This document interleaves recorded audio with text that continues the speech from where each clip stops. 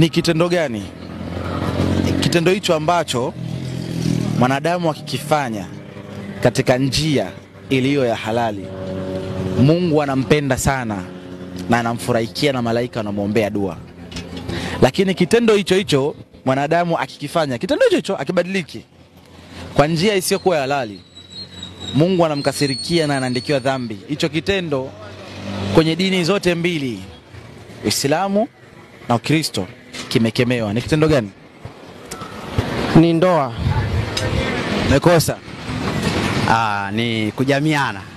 Bwana huyu anakapata. Hebu nipe tano mwanangu.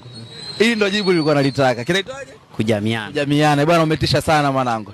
Bwana mbada jambo.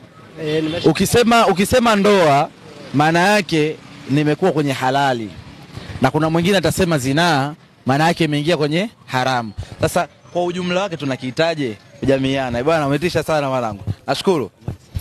Kipindi Nijuze Nikujuze, njoo tujuzane. Je, wajua? Ni ndugu yako Saleh Al-Kharusi. Usisahau kusubscribe YouTube channel yetu na kutufuatilia katika mitandao yetu ya kijamii pale TikTok, Facebook pamoja na Instagram. Tunapatikana kama Sambawi TV. Nami unaweza kunipata kama Saleh Al-Kharusi. Nyuma ya kamera ni ndugu yangu Shehoza. Nifuate ndugu yangu. Njoo bwana, na maswali ya kuulizana mengi.